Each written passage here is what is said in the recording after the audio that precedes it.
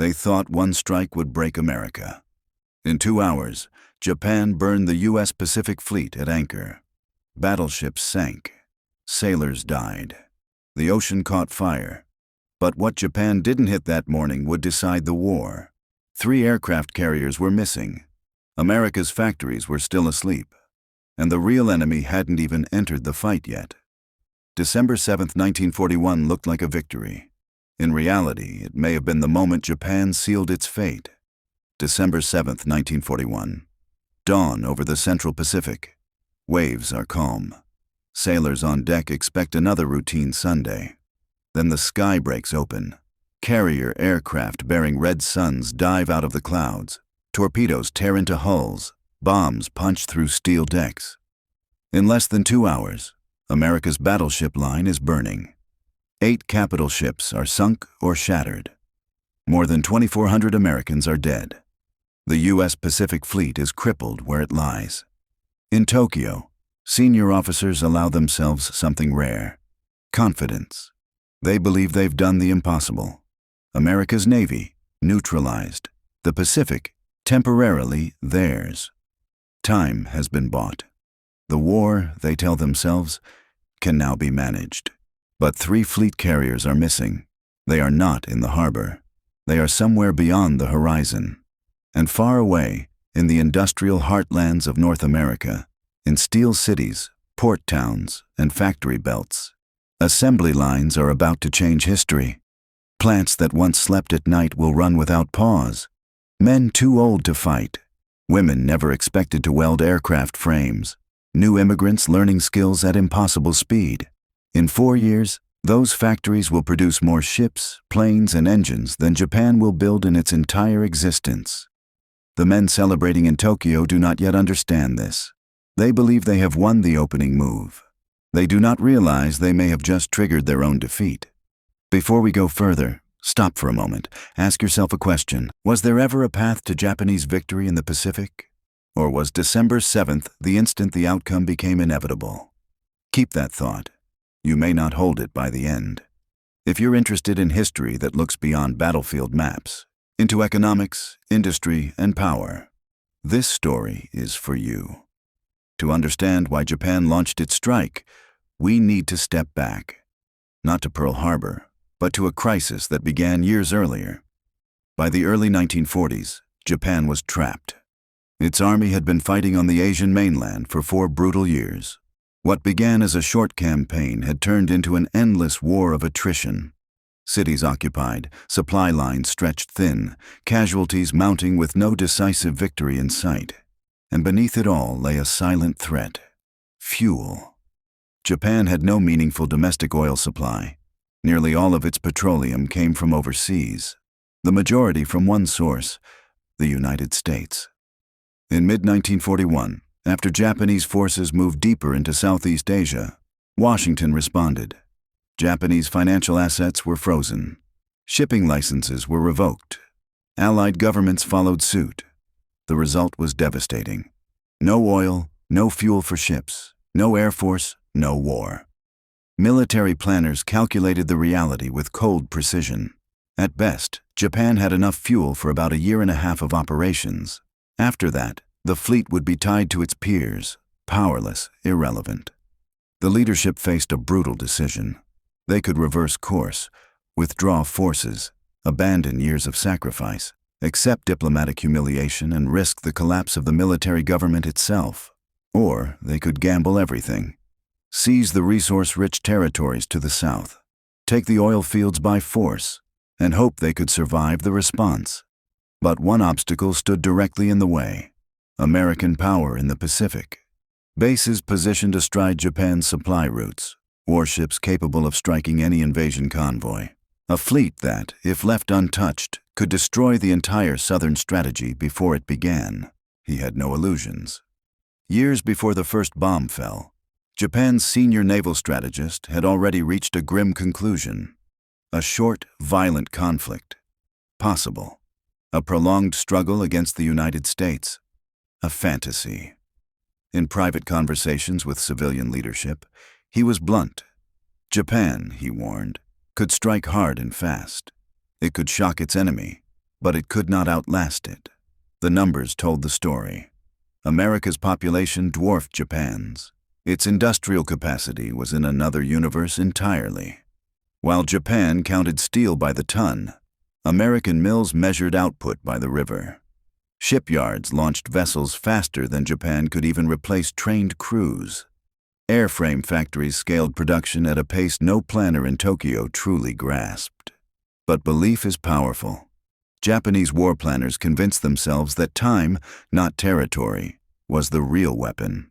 If they could smash American naval power early, even temporarily, they could reshape the strategic map of the Pacific. The theory was simple. Cripple the U.S. fleet long enough to secure the southern resources. Occupy key islands and choke points. Stretch a defensive belt across thousands of miles of ocean. When the Americans returned, as they inevitably would, they would face hardened positions, exhausted supply lines, and a navy blooded by constant combat. The price of retaking the Pacific, they believed, would be unbearable. Eventually, American leaders would choose negotiation over sacrifice. Japan would keep its gains. The war would end without invasion, without occupation, without defeat. It was never a plan to conquer America. It was a plan to break America's patience, and it rested on one fatal assumption: that the United States lacked the endurance for a long, merciless war far from home. History would expose that belief as a catastrophic miscalculation. The morning of December 7th began in silence. Before sunrise, hundreds of miles north of Oahu, 6 Japanese aircraft carriers turned into the wind. One by one, aircraft lifted off the decks, fighters, torpedo bombers, dive bombers, heading south across open ocean. Just before 8 o'clock, the first explosions ripped through the harbor. Torpedoes slammed into anchored battleships. Bombs punched through decks never designed to resist aerial attack. One battleship vanished in a single, violent flash as its magazines detonated, killing over 1,000 men in moments. Another rolled over, trapping sailors inside its steel hull. By mid-morning, the damage was undeniable. Battleships sunk or wrecked. Aircraft destroyed on the ground. Thousands dead or wounded. American defenses stunned by surprise. Japanese losses were minimal by comparison. From a tactical perspective, the operation appeared brilliant. In Tokyo, reports arrived like confirmation of destiny. The American battle line was shattered. The road south lay open. The resource offensive could move forward. But beneath the surface, the strike carried invisible flaws. The most important American warships were not in the harbor that morning. The fleet's aircraft carriers, now the true capital ships of naval warfare, were scattered across the Pacific, untouched. Equally critical, the infrastructure of Pearl Harbor survived. Fuel reserves remained intact. Repair facilities were operational. Submarine pens stood ready. The port itself would be back in action far sooner than Japan anticipated. Ships could be raised, crews retrained, losses replaced. What could not be undone was the political impact. Before December 7th, America was divided. Isolationists argued against war. Interventionists struggled to convince a cautious public. After December 7th, the debate vanished. Within hours, the nation was united by outrage. Within a day, the machinery of war was fully engaged. Legislators voted almost unanimously to declare war. The question of negotiation disappeared entirely. Japanese aviators entered the war with unmatched skill. Many of them had trained for years. They mastered long-range navigation, carrier operations, and dogfighting at the edge of human endurance. In 1941, their primary fighter outclassed most American aircraft in speed, climb rate, and maneuverability. In the opening months, this advantage was lethal. But wars are not decided by how good your soldiers are on day 1. They are decided by how many you can replace on day 1,000. And that is where Japan's fate was sealed. Modern war is not a contest of bravery or tactics alone. It is an industrial struggle, an accounting problem measured in steel, fuel, labor, and time. Start with the foundation: raw materials. Steel was the backbone of every weapon system.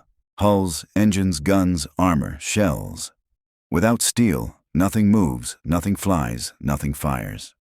On the eve of war, American steel production operated on a scale Japan simply could not match. U.S. mills poured tens of millions of tons annually, feeding shipyards and factories across an entire continent. Japan's output, by comparison, was a fraction of that, enough to sustain limited expansion, not a global war. The imbalance was not incremental. It was structural. Oil exposed the weakness even more brutally. The United States sat on oceans of petroleum. Wells in the American interior pumped continuously, immune to blockade, unreachable by enemy bombers. Fuel flowed from ground to refinery to port with almost casual abundance. Japan had no such luxury. Its economy ran on imported oil. Every barrel had to cross thousands of miles of ocean. Every tanker became a target. Even when Japan seized oil fields in Southeast Asia, the problem did not disappear. Facilities were damaged before capture. Transport capacity was limited, and American submarines began tearing through Japanese shipping with relentless efficiency. Fuel shortages would soon dictate strategy. Pilots grounded, training hours cut, warships tied to port not by damage, but by empty tanks. Then there was manpower. America entered the war with a population vastly larger than Japan's, and an economy already operating at industrial scale. Mobilization did not require reinvention, only acceleration. Civilian factories were converted almost overnight. Production schedules stretched around the clock. Japan lacked that depth. Every loss mattered more. Every sunk ship carried consequences that rippled outward, compounding over time. Nowhere was this clearer than in the air. Aircraft losses mounted quickly in the Pacific. Dogfights over coral atolls, carrier strikes, attrition without pause. The United States replaced losses as a matter of routine. New squadrons arrived fully equipped, often with improved models. Training pipelines expanded. Pilot experience levels rose, not fell. Japan could not keep pace. Its aircraft production increased, but never enough. More critically, its pilot training system, designed for elite quality, not mass replacement, collapsed under pressure. Veterans died, their experience died with them. Replacements arrived with fewer hours, less preparation, and diminishing odds of survival. By the middle years of the war, the balance had flipped completely. American pilots flew faster aircraft, guided by radar, coordinated by doctrine refined through constant combat. Japan's early advantages evaporated, replaced by desperate improvisation. At sea, the numbers became overwhelming. American shipyards launched vessels at a pace that defied pre-war imagination. Carriers, escorts, destroyers, appearing faster than Japan, could sink them. Losses that would have crippled any other navy became temporary inconveniences. Japan's fleet, once the pride of the Pacific, shrank steadily. Each lost carrier was irreplaceable. Each sunk tanker tightened the noose. Now shift the camera forward. The year is 1943. In Japanese shipyards, construction continues, but at a pace dictated by scarcity. A handful of large carriers are on the slips. Every launch is treated as a national event. Every delay is a strategic setback. Across the Pacific, the scale is incomprehensible. American yards are building fleet carriers not as exceptions, but as a production category. Dozens of hulls rise simultaneously. Keels laid months apart slide into the water in steady rhythm. What Japan considers a strategic asset, the United States treats as a repeatable product. And carriers are only part of the story. The real engine of American power floats quietly across the oceans.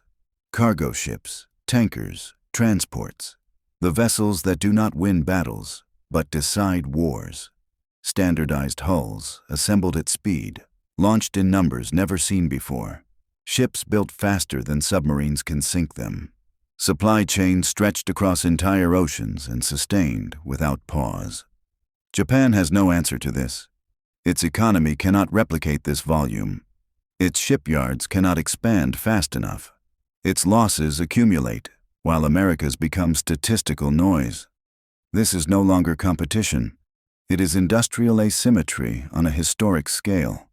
And yet, Japan's grand strategy still rests on a belief formed decades earlier. In the early 20th century, Japan had faced a continental empire and prevailed. Against Imperial Russia, Japan had delivered a shock so severe that it shattered political resolve.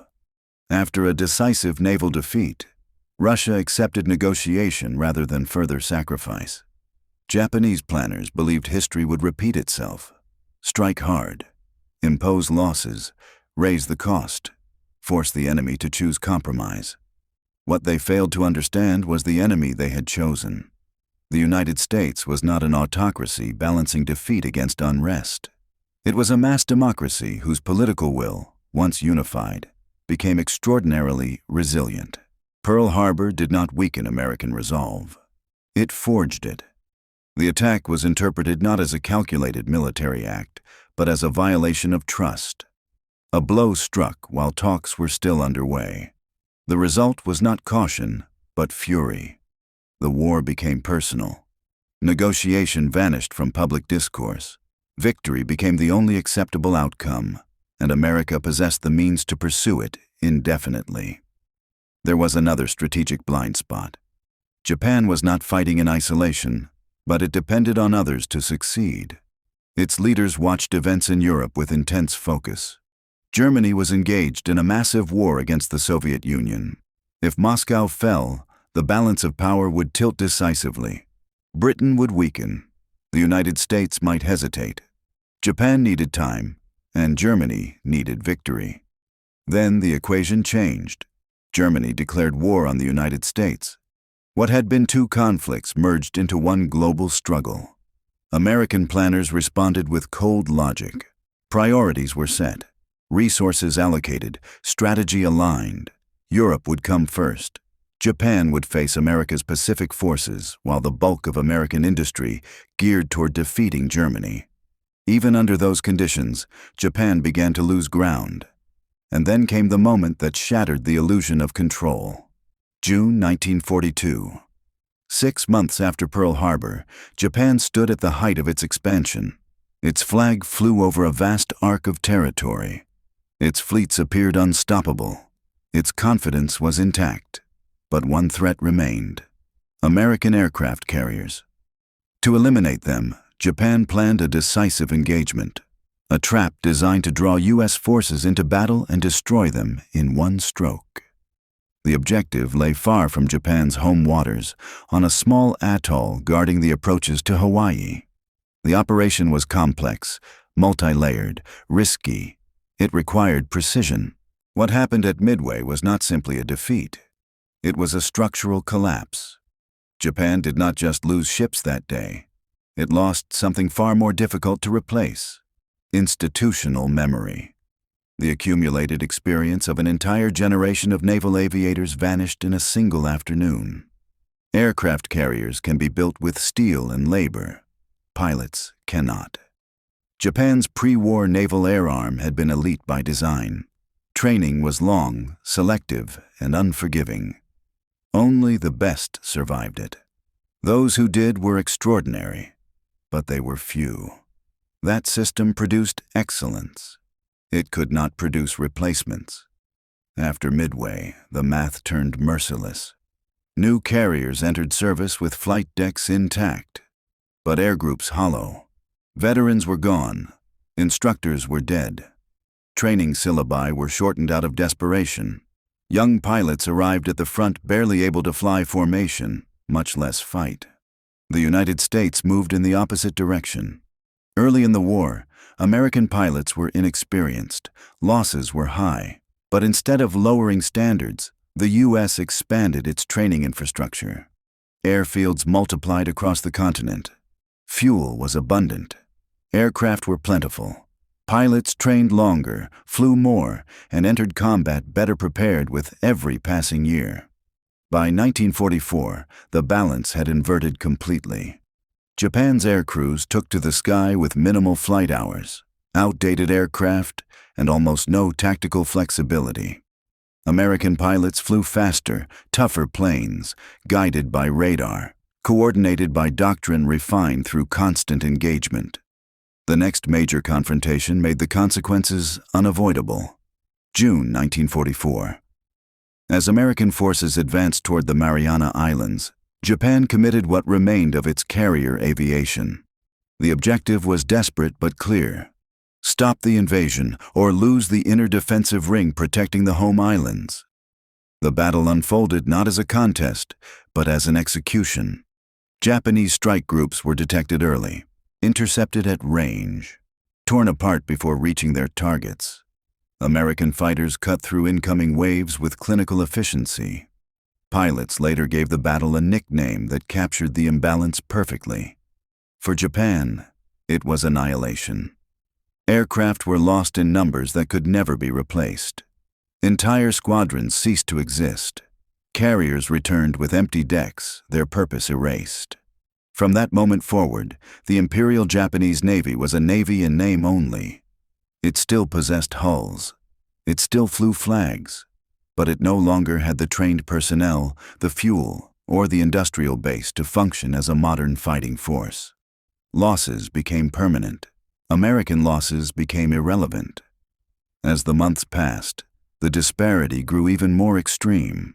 New American carriers arrived continuously. Fresh air groups rotated through combat zones.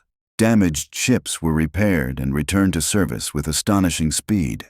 Japan's ships, when damaged, often never sailed again.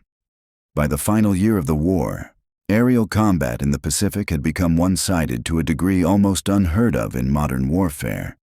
American aircraft dominated the skies. Japanese planes were shot down in isolation, often before pilots even sighted an enemy. The decisive phase of the naval air war was over. Japan had no realistic path to recovery. And this brings us to the core truth of the Pacific War. Japan did not lose because it lacked courage. It did not lose because its soldiers fought poorly. It did not even lose because of a single battle. Japan lost because it chose a war that required infinite resources and possessed only finite ones. Once the industrial balance tilted, defeat became a matter of time. The war would continue. The suffering would intensify. But the outcome was no longer in doubt. The empire was fighting on momentum alone. And momentum, unlike steel or oil, always runs out. Japan's entire war plan depended on one outcome: that the United States would stop, not be defeated, not be occupied. Simply decide the cost was too high. That assumption was fatal. The United States does not abandon wars once it commits to them, especially wars that begin with surprise attacks and mass casualties. Pearl Harbor did not weaken American resolve. It locked it into place. From that moment on, the war was no longer negotiable. And here is the uncomfortable truth. Even if every Japanese tactical decision had been flawless, even if critical battles had gone differently, even if individual engagements had produced better results, it would not have changed the final outcome. Because the Pacific War was not decided by brilliance. It was decided by replacement capacity. Wars of attrition are not won by who fights better today. They are won by who can afford to fight tomorrow. Japan could not. Imagine an alternate Midway. American carriers sunk, thousands more sailors lost. A temporary pause in the U.S. advance. What follows? New hulls laid down, new pilots graduating, new task forces forming. The American response would not slow, it would accelerate. The factories behind it were unreachable, undamaged, and expanding. By contrast, Japan had already reached its ceiling. By 1943, its economy was fully mobilized. Civilian life had been stripped bare. Industry worked without pause. Every available resource was redirected toward survival. And still, it fell short. Meanwhile, the United States was fighting on two oceans simultaneously, supplying allies across the globe, equipping millions of troops, expanding shipyards, airfields, and training programs, while total output continued to grow. By the final year of the war, American industry accounted for more than half of global production. No tactical success could overcome that. This reality was not unknown. Japan's senior naval leadership understood it clearly. One commander, more than any other, grasped the implications with painful clarity. He warned that Japan could dominate the opening phase, but not the long war that would follow. His estimate was brutally precise. Months of freedom, then inevitability. The decisive reversal came almost exactly on schedule. What makes this story tragic is that the choice was not made out of ignorance. It was made because the alternative was politically impossible. Backing down meant loss of prestige. Withdrawal meant internal collapse. Accepting economic pressure meant admitting failure. The system could not retreat, so it advanced into disaster.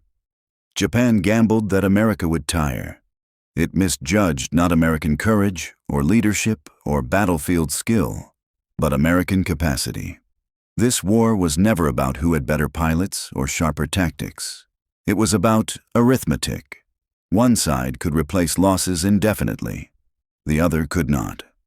Once that equation was set, everything else became noise. So here is the real question, not just about the past, but about power itself. Was the attack a calculated risk taken under impossible pressure?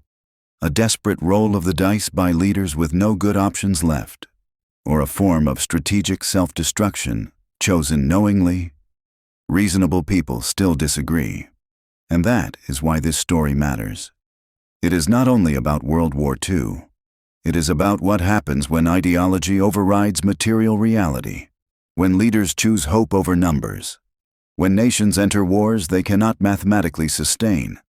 In 1941, the outcome was already written, not in battle plans, but in factories, oil fields, and training schedules. The war would be long. The cost would be immense. But the result was never truly in doubt.